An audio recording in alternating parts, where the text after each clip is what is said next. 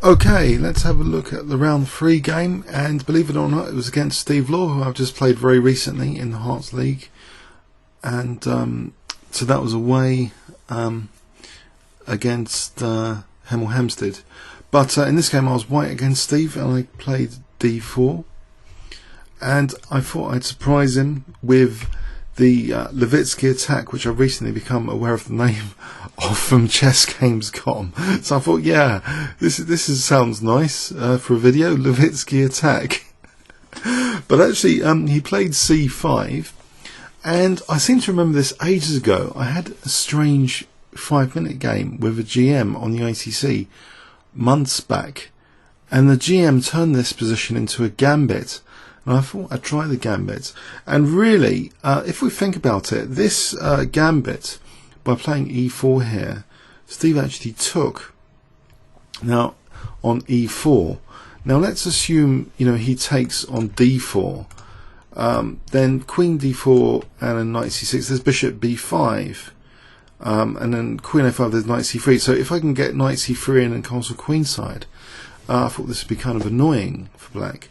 But he took on e4, and I played d5. So we really have a reverse panko gambit position. And funny enough, I checked out chessgames.com when I went home, I think that evening. Or was it the next day? But anyway, there's only I only found one key game at Chess Games with a game of Adams playing white, GM Michael Adams. And he had, I think, a similar sort of position to this, but he was playing actually queen e2.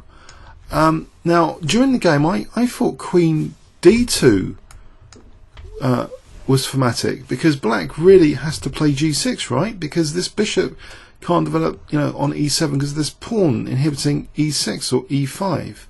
So given the bishop's going to end up on g7, isn't it a more logical setup to set up a battery to be able to exchange off this bishop? And what gave me further confidence that this was the right queen move and not to go for material? Just to treat it like the reverse Albin counter-gambit, because in that there are very aggressive lines when you're playing black, which I've used with great success in Blitz, where you then fling your h-pawn forward. So I was looking forward to the same kind of attacking theme. So yes, I rejected queen e2. I mean, Adams won that game against, I think, was it Paul van der Saren, a GM or something? But he seemed at one point, his bishops were all retreating. It seemed at one point kind of passive, but eventually he got a vicious attack. But I don't know, queen d2 is interesting, and Ribka seems to like it. But when I played this game through another engine by accident, this engine called Comet, it was going on about queen e2. So engines are materialistic. Maybe Adams was feeling materialistic. He wanted to gain his pawn back. But I don't know, queen d2's got some things going for it, I think. So g6, and now I played h4. And the funny thing about this is that I don't remember having this position in Blitz as white in the last few months. I mean, I've played the Albin counter-gambit quite a bit as black, but I don't remember playing it as white with an extra tempo. So it's kind of, I think, kind of scary for black already. Am I going to play h5, and if knight takes, then bishop e2, the knight goes back, then bishop h6.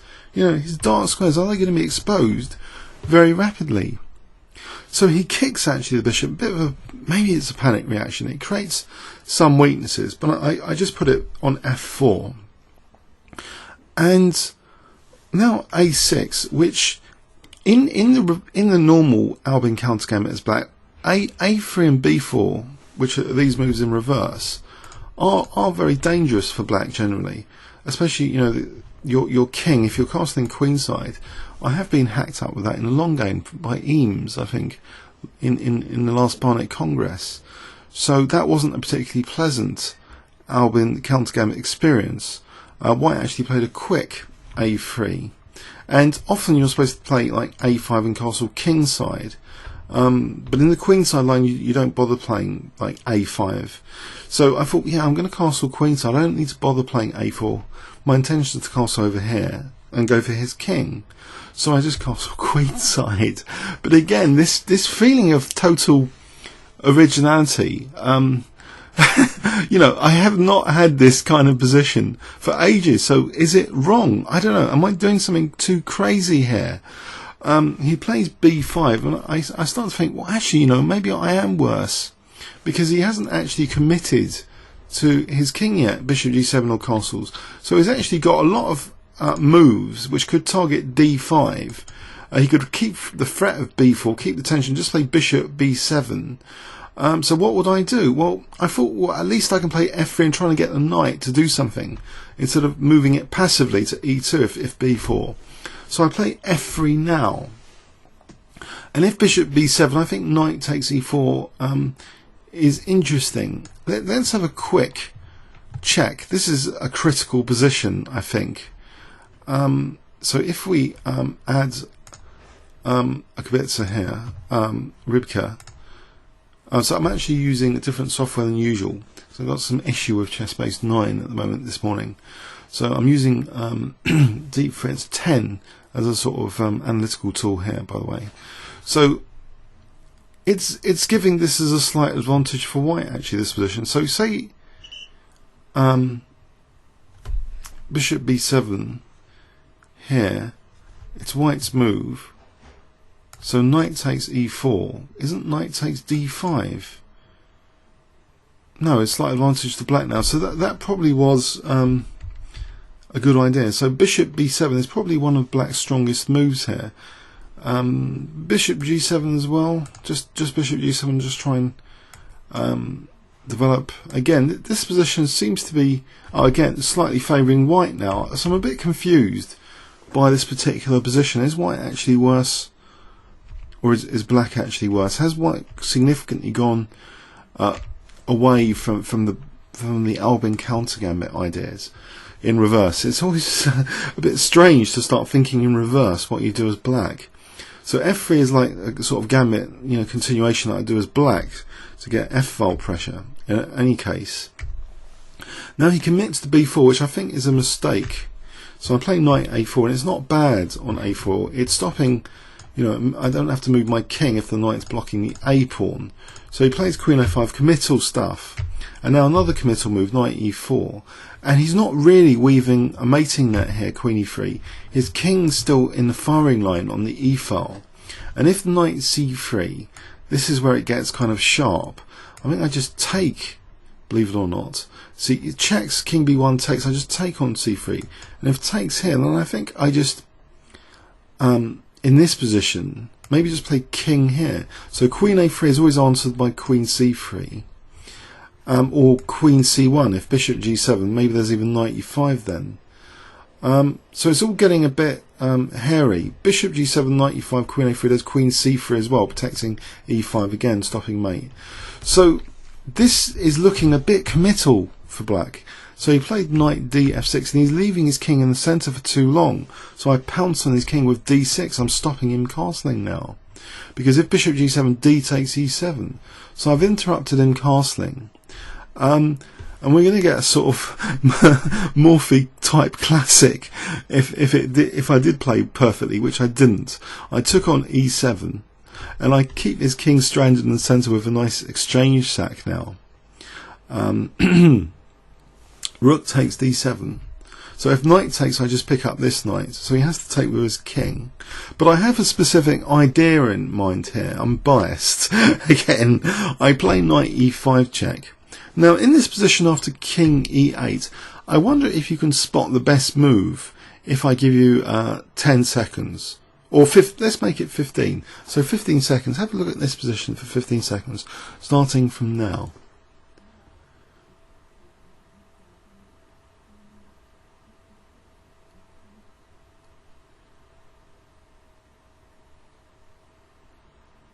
Okay, now I chose bishop c4 because I thought this is a logical continuation, because f7, and if bishop takes f7, king f8, then there's bishop h6, which is actually mating, because the king would have no escape squares. So I was tempted by bishop c4, but in fact, to my horror, a move later, I noticed I'd missed something. knight c6 here is actually checkmating the black queen. Where's the queen going? b6 is covered by the knight. There's no c7 because of this bishop. There's no d8 because of the knight. I would actually be checkmating the black queen here with knight c6, and I missed that. I actually just played bishop c4 thinking that's really strong. It is a strong move as well, but not the strongest, obviously.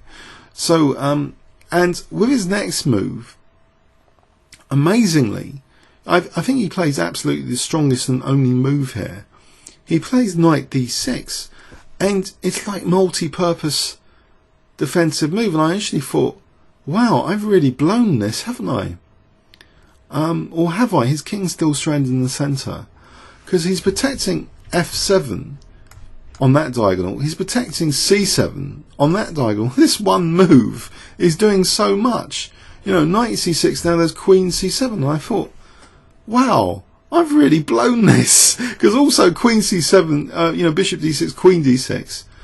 But anyway, thankfully I work out how to still get the advantage here. I play knight c6 anyway, knowing that queen c7 is now attacking the knight. So I've got some temporary pressure on e7. So can you spot my next move? Finally I play an accurate move. So I need to play really accurate moves now to try and maintain an advantage. So if I give you 10 seconds here, what would you play in this position, starting from now?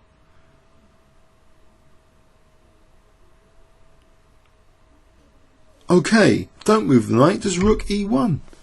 I think this is a strong move, putting more pressure on e7. If queen takes, queen e7 mate.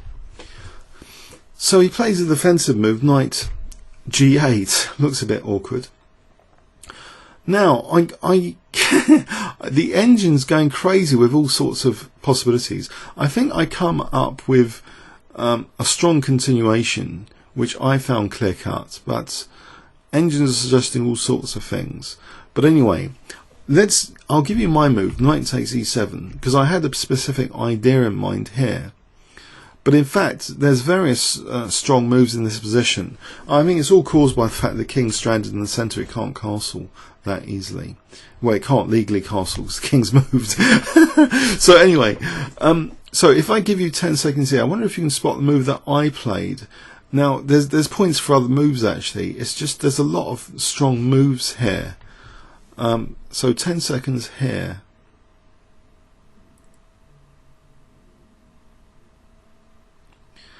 Okay. Well, I played queen e5, which hits h8 and d6. I thought that would be enough to get material advantage. But apparently in this position, there's about, I mean, as you'd expect, there's just loads of moves here.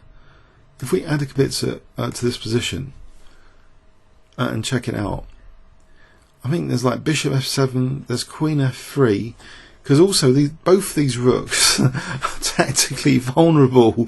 There's loads and loads of tactical liabilities. There's knight b6, there's bishop f7, there's queen f3, there's knight takes c5, and the funny thing is that they're all rated stronger than what I played.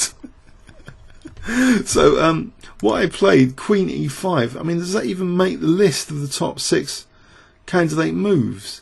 Well, it did for about 1 second, and now it's gone off the list. So is it in the top 7? Oh, now it's back in the top 6 at 3.60. The strongest move, apparently, is bishop takes f7. So say king takes f7. There's queen e6. And after queen e6, it starts to get kind of tricky. If I click minus. I think I'm managing to get an issue here with engines. Okay, so anyway, you get the idea. There's now a lot of candidate winning moves in this position. Well, I managed to find one which I'm convinced by, which is this simple looking queen e5. Thinking hopefully he's missed this. And he plays rook h7. And now I think, do I want to be clever here with knight b6? You know, maybe there's rook d8, but maybe there's something else. So I was looking at this in detail, but I finally decide it's best probably, you know, surely I've still got the advantage, so some simple chess is called for.